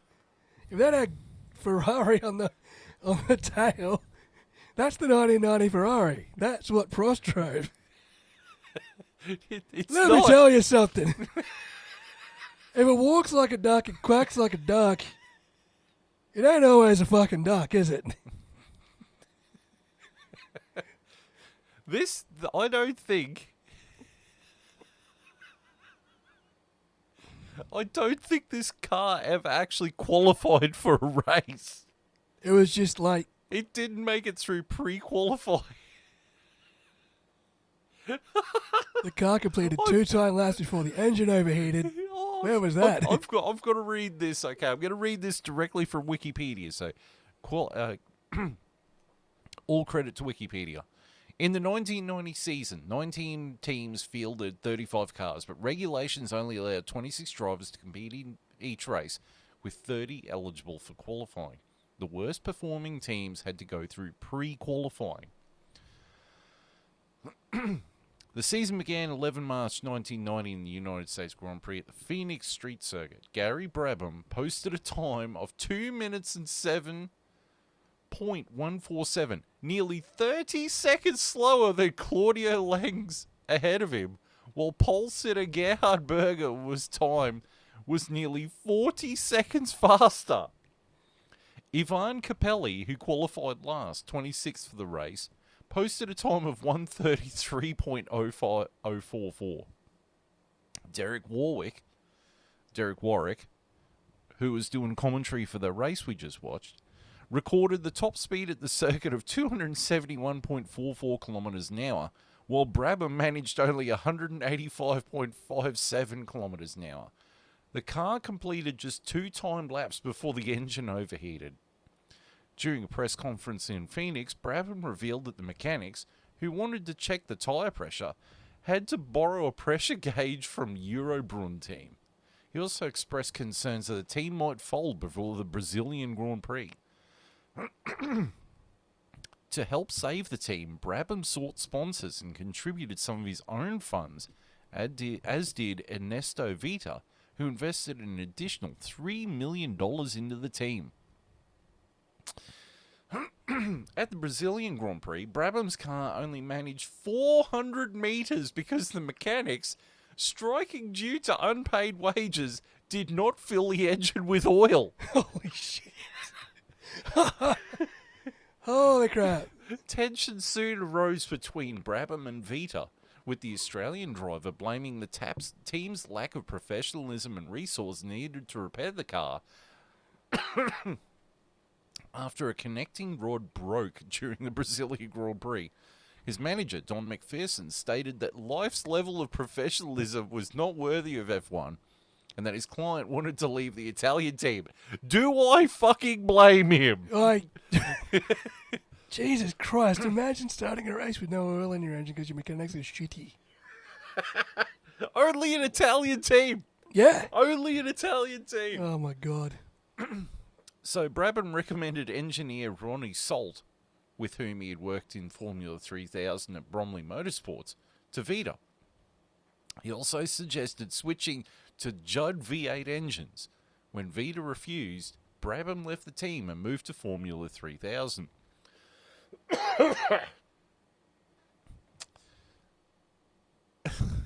God, this gets even better.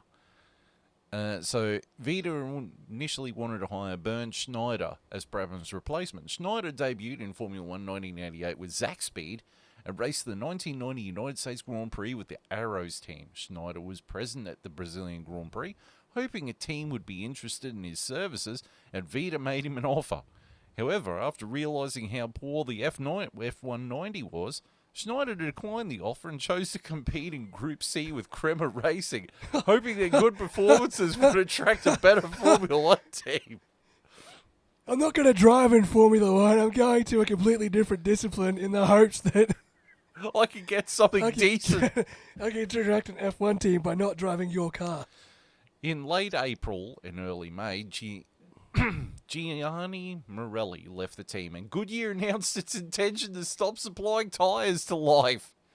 Goodyear later reversed this decision, but Bernie Ecclestone, vice president of the Fédération Internationale of the FIA, met with Vita and tried to dissuade him from continuing the team's participation in F1 due to its limited financial resources and lack of competitiveness. Holy crap. You know, it's bad when The Bernie's president of the FIA wants you to stop because you're shit.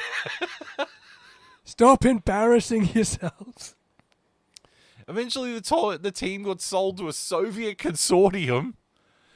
Consortium. And then they purchased Judd engines that used to be used in other teams' cars because their own engine was so shit. Holy God. So, yeah, it was that bad. They It only was lasted terrible. 1 year. And, yeah, it was that bad. Wow. Did not pre-qualify every fucking race. Every single race has DNPQ next to its finishing result. Oh, Jesus. What was their plan? To paint their car to look like a Ferrari and sort of camouflage in? You know the hilarity of that photo? That car is at the Goodwood Festival of Speed. Yeah. As the slowest F1 car probably ever. That guy's just not wanting to crash. That guy's hoping the mechanics put oil in it. You had to push it the last 100 meters. You could push it or tow it.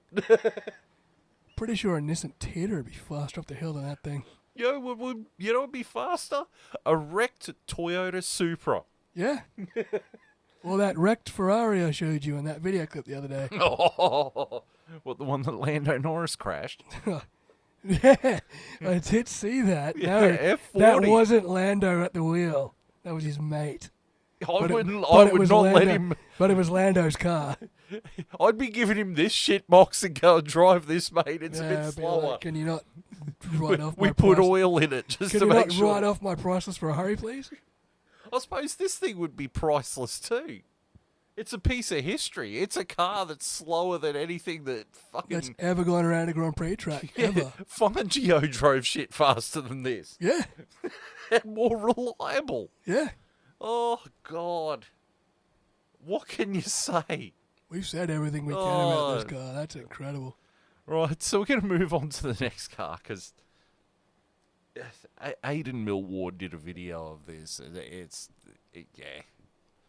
Yeah, it should win back by Mazepin. Well, it was taken over by a Soviet consortium at one point. Oh, fuck, yeah. Maybe they've just got a history of taking over shit teams with shit drivers.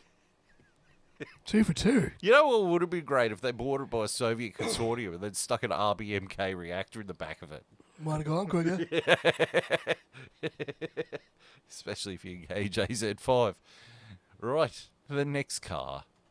It's finally here. It is the McLaren MP4, whatever the fuck number it is, the MP430 from 2015.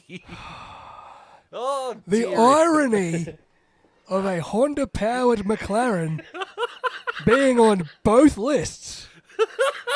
One of them being statistically pretty much the greatest car of all time. And the other one And being- the other one being statistically the worst car of all time. Almost. Definitely probably the worst McLaren of all time. I typed it into This- Wikipedia. It's the first one that comes up.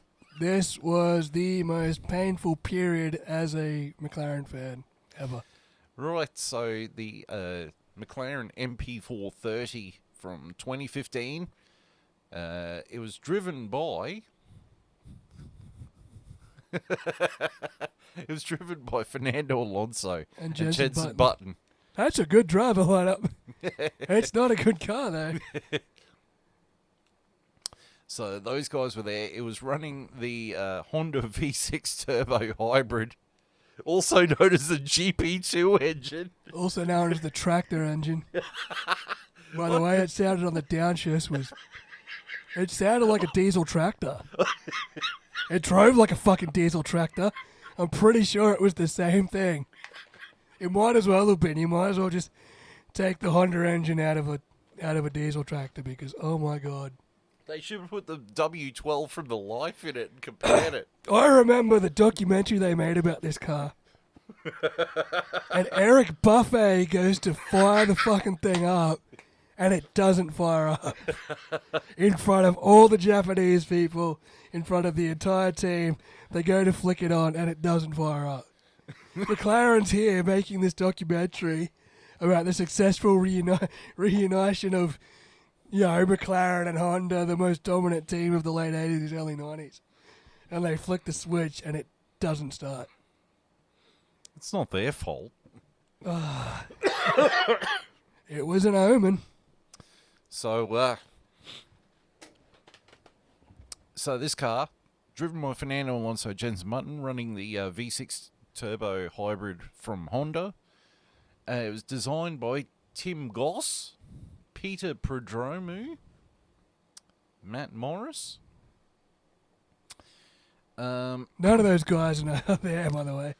All of them got sacked as soon as Zach Brown took over the team. And in 19 races, it had Zut. 0 wins, 0 podium, 0 pole, 0 fastest laps. I don't even think I got any points.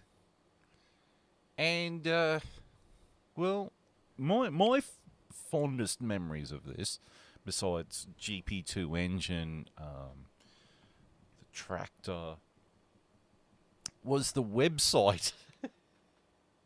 Has the McLaren broken down today? I remember that. I was yes, a lot. And it had a countdown clock when it was days where it hadn't broken down. It's like, it has been X amount of days, not hours, and minutes since it last broke down. And that was the gap in between races. Yeah. Because as soon as it went Grand Prix racing again, that clock goes back to 0.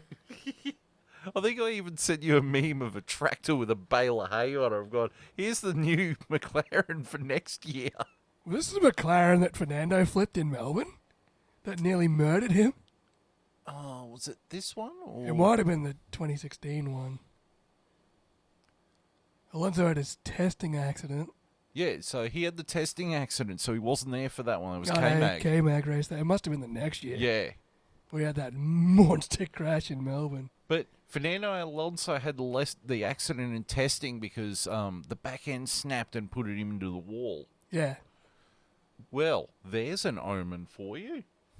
You mean besides the engine not starting on initial fire up? Oh, my God. Besides having Eric Buffet as your team principal.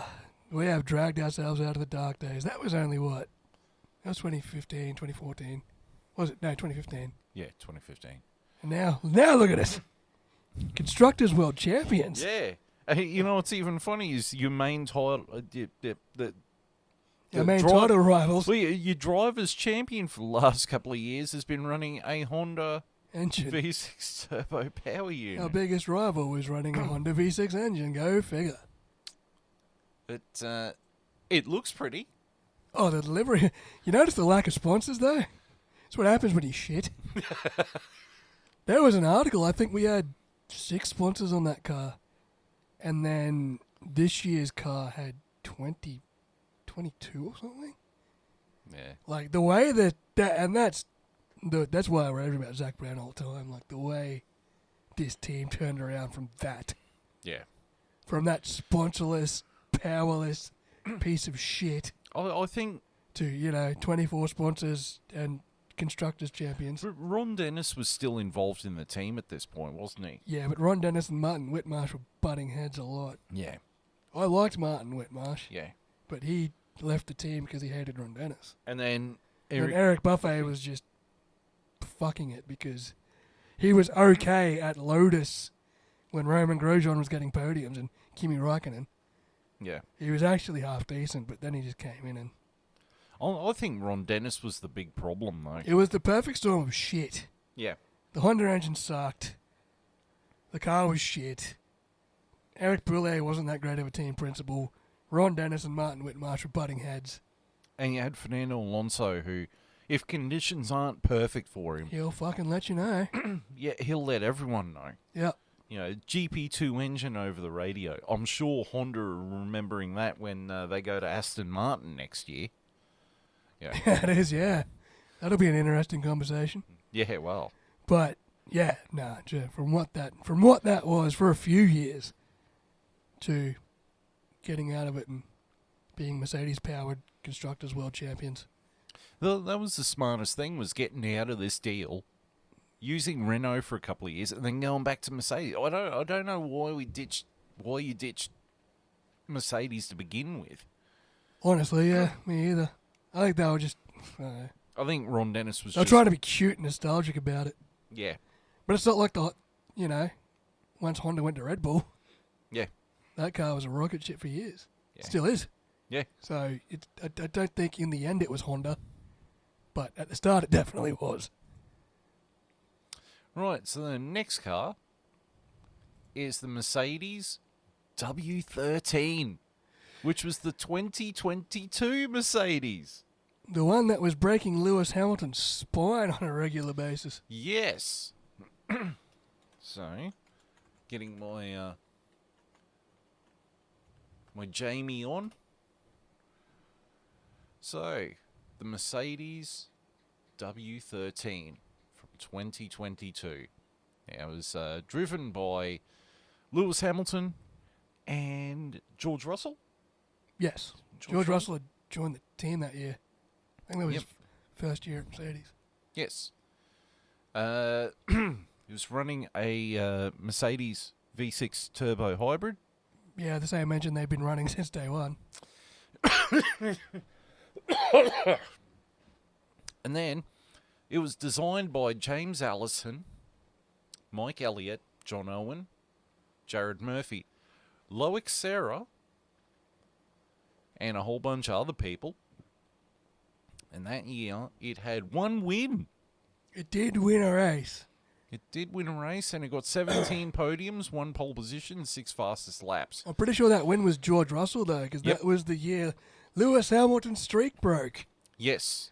It was the only year of his career where he hadn't won a race. Yep. And that's why it's on the list. Yeah. Because he won in 2023, didn't he? Yes. And he won in 2024. He won Yes. Silverstone. Yeah, he won This year. Silverstone in 2023 as well, didn't he?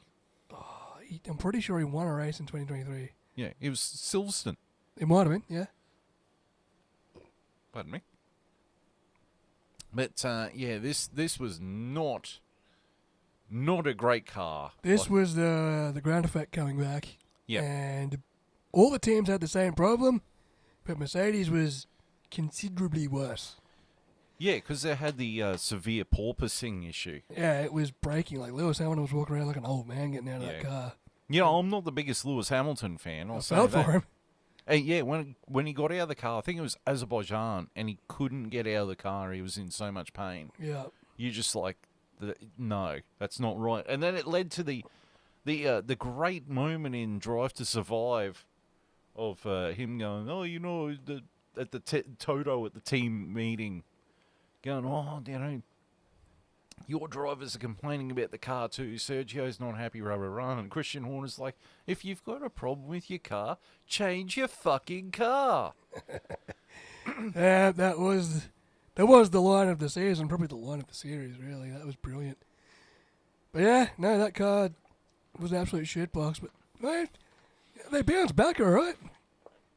They Yeah. bounced back all right. I mean, that was a pretty good car this year. I mean, for what it spawned, but yeah, that first year. And you know what? That car coming off the back of 2021, especially Abu Dhabi, I mean, that had to be such a gut punch to Lewis. Yeah.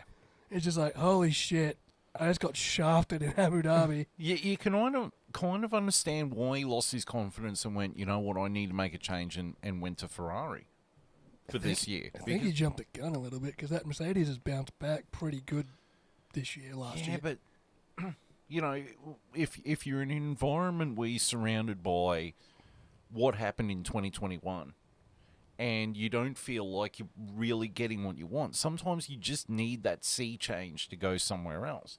Personally, I wish he'd fuck off to Aston Martin or something else and not come to my beloved Ferrari. But you know, he wanted to finish his career at Ferrari, or you know, drive for Ferrari at least some point in his career. Good on him making that thing happen. Yeah, but part of that decision was probably definitely that car. Yeah. Yeah, So- that was that was definitely a gut punch to Lewis, you know. So yeah, that was that car. The next car is the RB02. The 2000s, that was the first year of Red Bull, wasn't it? That's the 2006 Red Bull, so it's the second year. Right.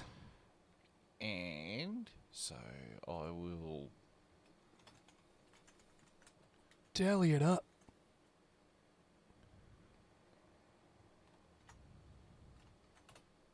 Red Bull RB2. Right.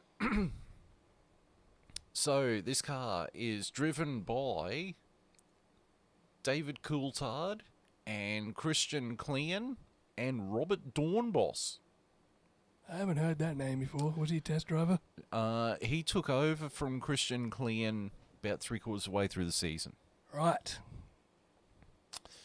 The car was running a Ferrari V8, and it was designed by Mark Smith, Rob Taylor, Anton Snipadovich, Andrew Green, and Ben Agathangelou. And Newey came in at the start of the season, so he couldn't work on this car, but he worked on next year's car. And he was also the guy who convinced them to ditch Ferrari engines and go to Renault engines. That was the beginning of the comeback, Yes. the domination. So that car, it had 0 wins, 0 poles, 0 fastest laps, 0 points. That was also the end of David Coulthard's career, wasn't it? Yes. Yeah. So And Christian Klein's career as well. and Christian Klein's career as well. I think Yeah. Mark Webber replaced him. Yes. So yeah, that livery-wise, it looks like a Red Bull, but I do like the checkered flag on the front.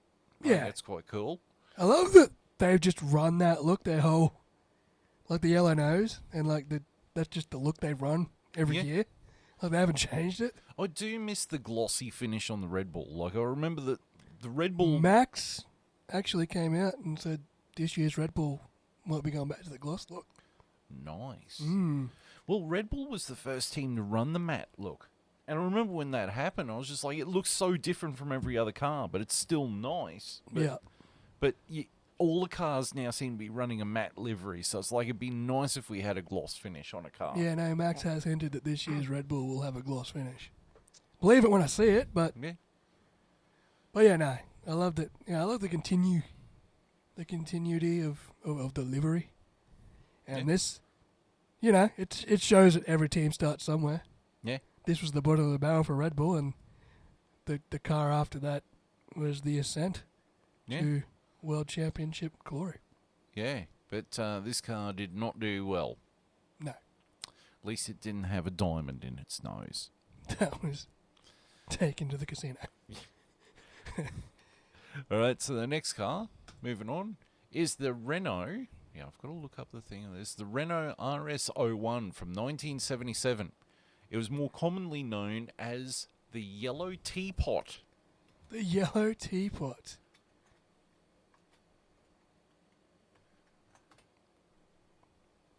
So this was in 1977. It was driven by Jean-Pierre Jabelet and René Arnoux. Already I knew. He was a decent pair of hands. Yes. Let's see, what engine was it running? It was running a Renault turbocharged V6. Yeah, it was the first Formula One car to be powered by a turbocharged engine, apparently, Yes. says the top. And I think it had ground effect. It definitely looks like it has ground effect. Look how wide those sides are. 3 litre naturally, I don't know, not theirs. Yeah, it doesn't really say if it was... It was definitely ground effect. Look how Yeah. low that car is. Oh, yeah. Stuck to the ground, like a lot of 70s cars were. It was designed by Francois Castagang, André de Courtins, Jean-Pierre Jabelet. Wait, so he fucking drove the car and designed it? Yeah. There you go. The 70s. All right, Christian. Adrian Newey, you're up. Jump in the Aston. You can replace Lance. You'll actually win a race. Yeah. And in its time, it won no races. It had 25 races, no wins, 1 pole position. It got on pole. What a fluke. Yeah. At Kyalami. That track could be coming back. And it lasted 3 years. It won at Kyalami because the thinner S or the turbo is operating at maximum. Well, the naturally aspirated cars lost approximately 20% of their power compared to at sea level. Nice. So it fluked it. Hey. I mean, it still lost the race, but... Yeah. I mean, if you scroll down to the results, I saw a lot of retirement. Oh, I got 4th in the USA. There you go. Just missed the podium. Yeah. But that's a lot of retirements there. Obviously, it wasn't a reliable turbocharged engine, but it was turbocharged nonetheless. Yeah, so it's not a very pretty car. It's really not. Even the But- livery's a bit oh, shit. Yeah, but I will say this, it does have that traditional Renault livery of yellow and black, which I wish Alpine would just fuck that off and just go back to the Renault colours. I just miss Lotus being black and gold. Yeah. Yeah, that that was a car that nearly actually made it on there on this on the God tier list was the Lotus 72 Yeah, in the gold leaf yeah. livery, and then eventually the John Player. The John Player Special. Yeah. Ayrton's car. Oh no! It's still the Lotus 72, but they changed their livery. All right. But it wasn't as successful as I thought. So it sort of bumped off. Like, it was on there for like 6 years or something. But, Didn't want to put Fernando's Renault from 2005 No. or 2004. No. Any particular reason? Because it Was lost a few times to Kimi Räikkönen's McLaren. It did. He should. Oh man, Kimi should have won the championship in 2005. Oh, well, if it wasn't for the Nürburgring. Yep. You know? And that stupid rule about not changing tyres. Yeah, Kimi should have won that championship. Yeah, he should would have been pissed it in. would have been a two-time world champion. McLaren would have had another one under their belt. Yeah. Oh, well. All right, so we're going to move on to the next car, which is the STF Toro Rosso STF1, or STR1, I think. STR1, STR1 Toro Rosso. which was the first Toro Rosso after they bought Minardi.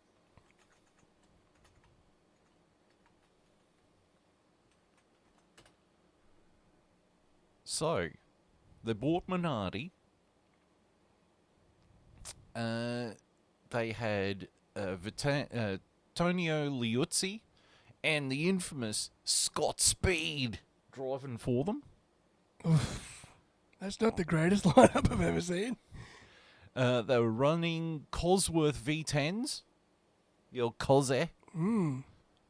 The team was half owned by Gerhard Berger. Really? Yeah. They were running the Cosa engines, and then I think the next year when they went to V8s, because Red Bull still had a deal with Ferrari, because they were trying to get out of the deal so they could get Renault engines. So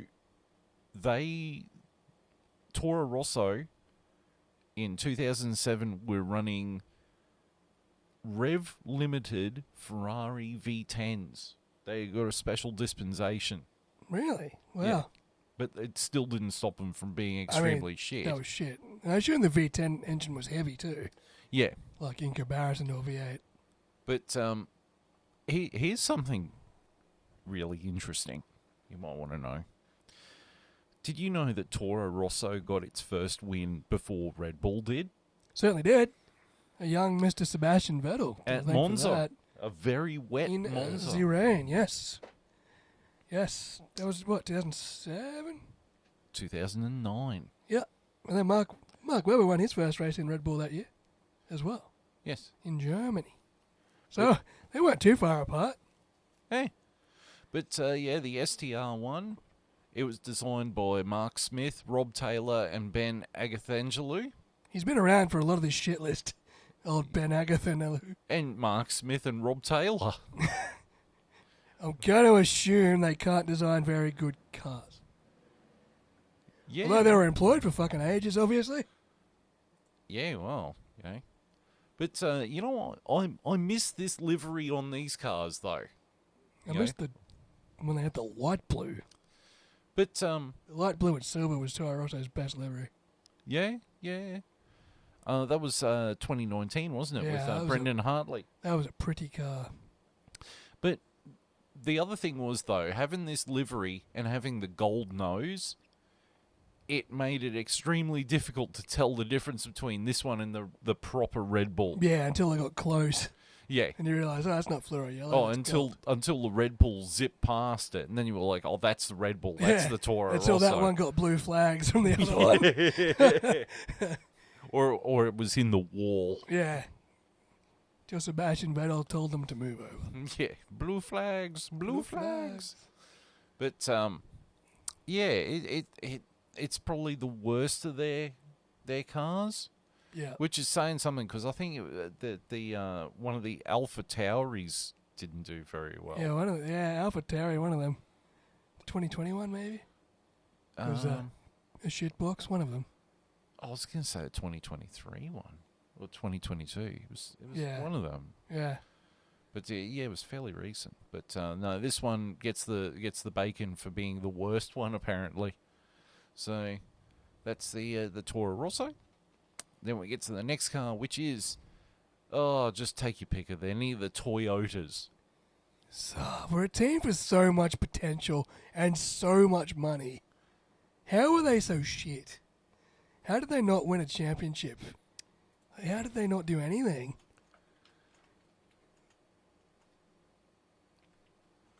So that is the Toyota TF109, which was the 2009 Toyota. It was the last Toyota. This was the car that killed Toyota in Formula One. Yeah. It was driven by Jarno Trulli, Timo Glock, and Kamui Kobayashi. That's not a bad lineup. So, 5 podiums, 1 pole position, and 2 fastest laps. out of 17 races, yeah.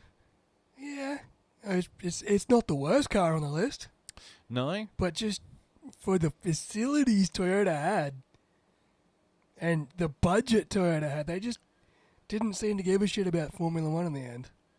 Well, the problem, I saw a video about it where I think it was 2009. Like Ferrari spent like 10 million or 30 million or something, and then Toyota just went hold my beer and spent close to $100 million or something to try and get their team to win, to even place, to get a podium, to get points, anything. And it still didn't do it. And the same video that there was like the team principal had to run every decision past the Toyota board. Yeah, So they did. Everything. They were just hamstrung, and Yeah. and the Toyota board wouldn't give them shit Yeah, because they're like, nah, it costs too much. yeah. Or it's not in the Toyota way. Like, it's Formula One. You've got to be on your feet. You've got to be zippity-doo-dah. Was this just after the financial crash too? I think Toyota were like, No, this Hammered. was right. This was the financial crash. This is Yeah. why they pulled out, because yeah, of the financial Toyota like crash. shut the bed. They're like, nope, we're losing too much money. But they were running a Toyota V8 at this stage. They did develop their successor, but it was never raced.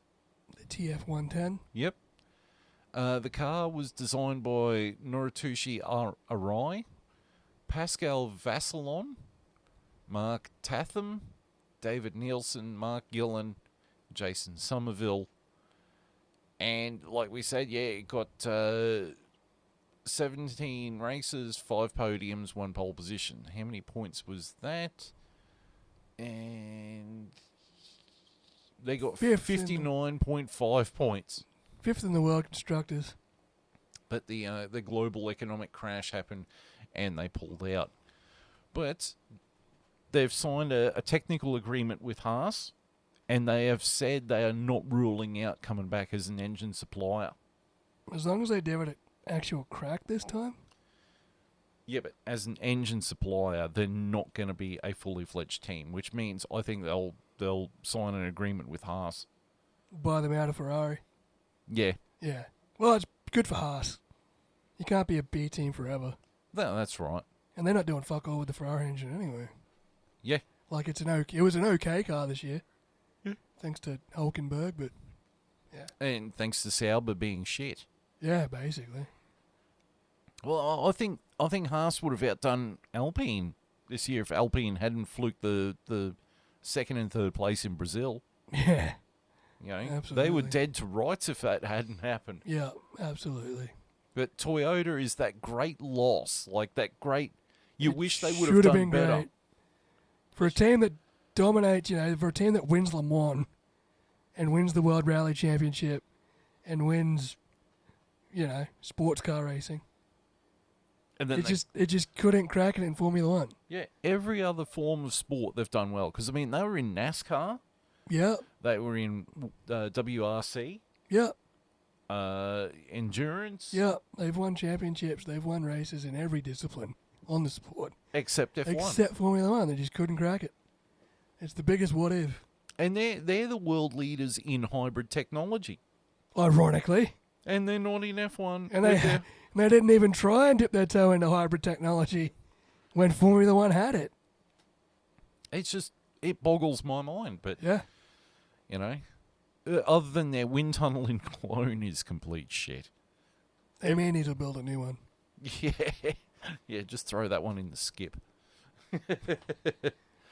All right, and then we get to the final one. The final one on the god-awful tier. The 2019, I think it is? 2019 Williams FW42. Oh dear. Oh, lordy. Oh dear. Where do we begin with this? So,